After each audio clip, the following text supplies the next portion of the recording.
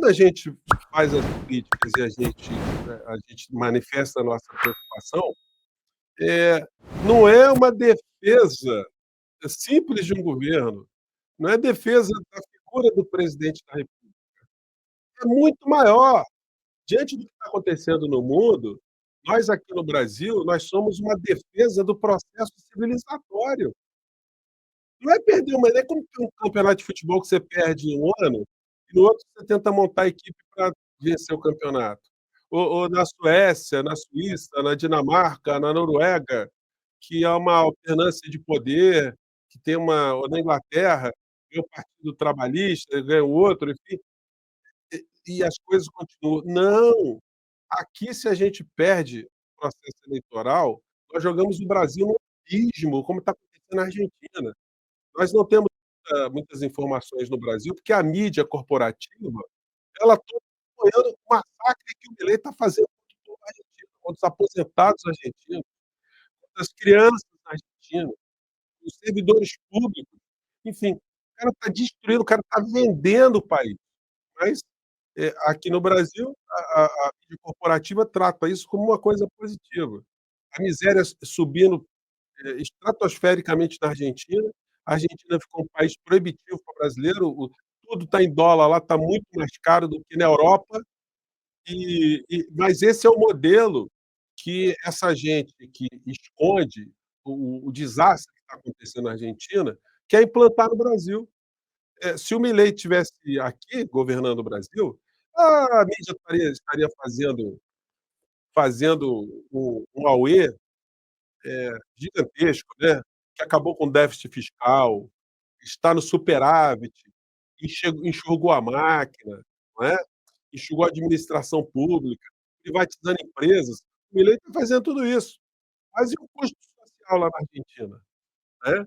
Então a gente não pode desguarnecer dessas realidades, porque se a gente ficar só focado aqui numa questão, inclusive isso é um ponto muito que eu critico muito na esquerda, vamos dizer assim, esquerda raiz, que ataca muito o governo Lula também, não levando em consideração, tudo que está acontecendo, né.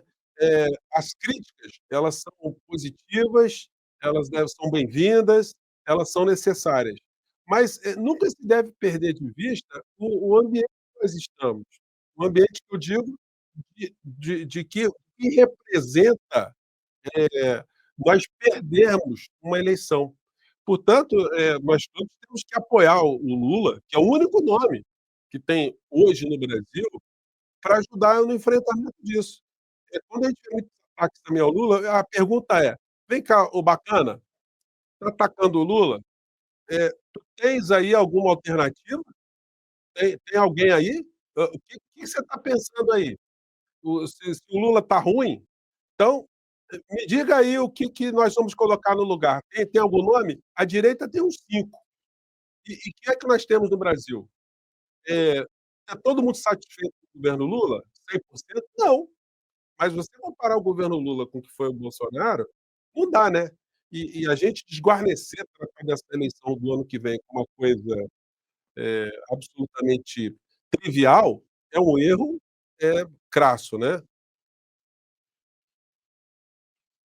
Professor, tem alguns chats aqui do pessoal. Eu vou agradecer aqui as contribuições e lançar duas perguntas aqui da turma.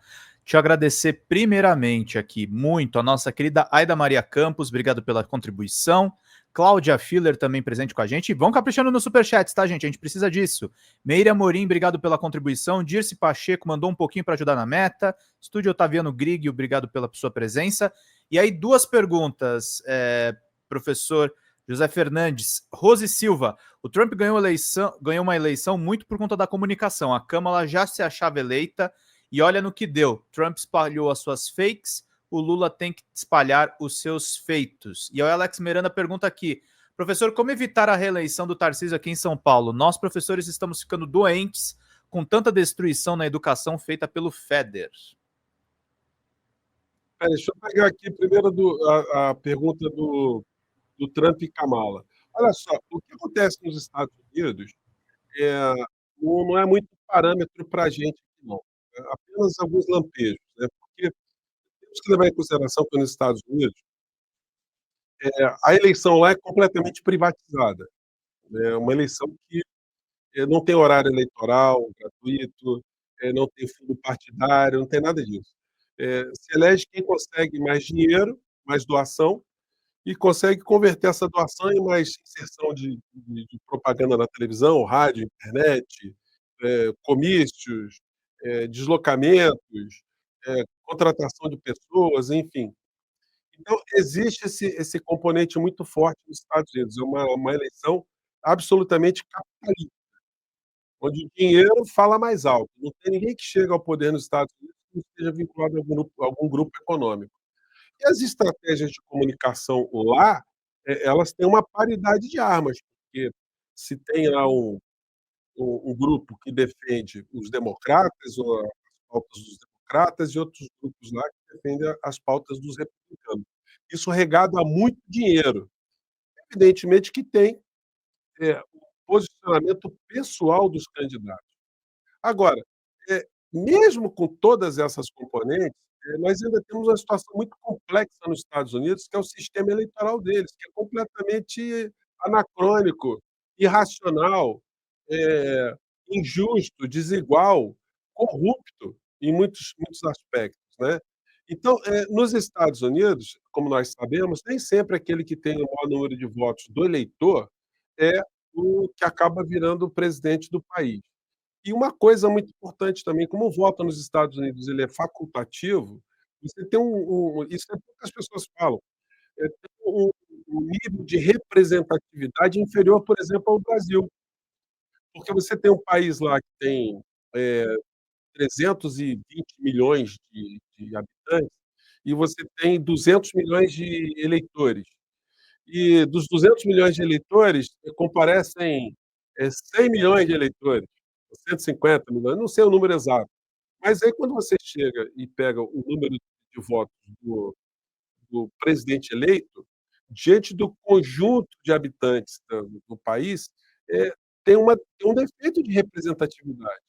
É um volume menor de votos do que comparado, né, ao conjunto de cidadãos, da nação.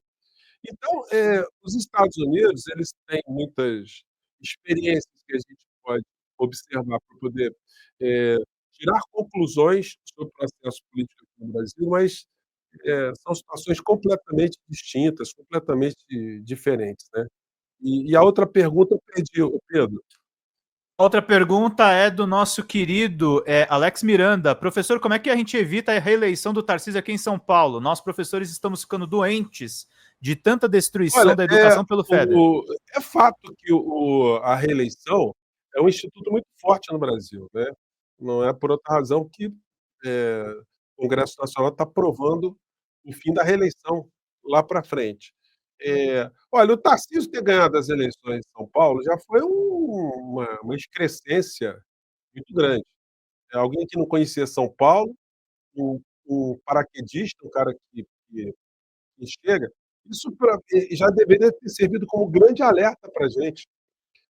Alguém, que veio de onde veio, ter vencido as eleições no estado de São Paulo, derrotando as forças progressistas, né, porque o que foi derrotado foi a esquerda, foi as forças progressistas no estado de São Paulo. Se isso já foi um fenômeno, a reeleição do Tarcísio, ela é muito menos difícil.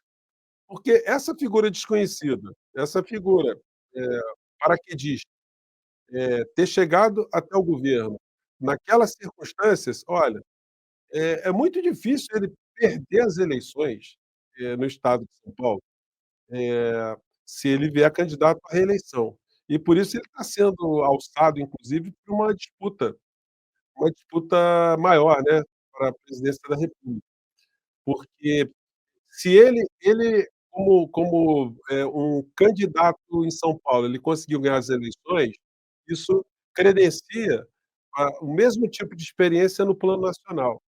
E como ele é o representante hoje do mercado financeiro, a gente tem que ficar muito de olho no que está acontecendo aqui no Brasil, né. Muita gente fala assim: "Ah, o Tarcísio, pode vir candidato à reeleição em São Paulo. Olha, é o mais provável, mas se ele vier candidato à presidência da república, a gente vai ter problemas, porque ele é uma espécie do Bolsonaro sem o Bolsonaro nas costas dele, né. Então a gente tem que ficar muito atento com isso.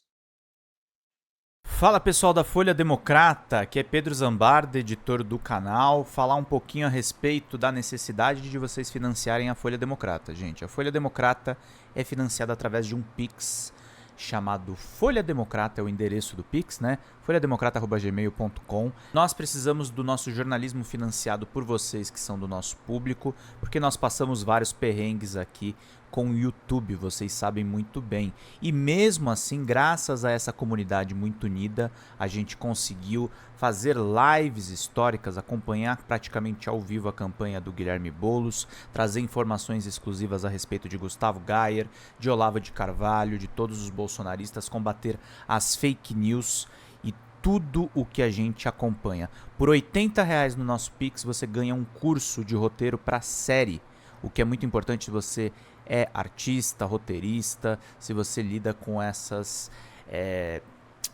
práticas da economia criativa. Outra forma de você colaborar também é se tornando membro aqui do nosso canal.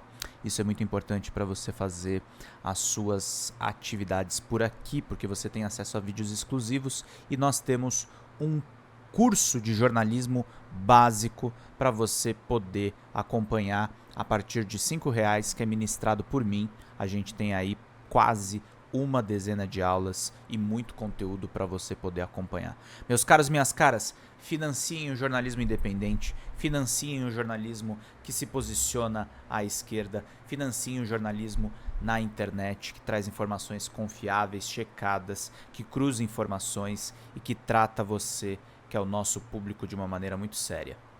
Vida longa e próspera, gente. Cuidem dos seus. Até mais. Tchau, tchau.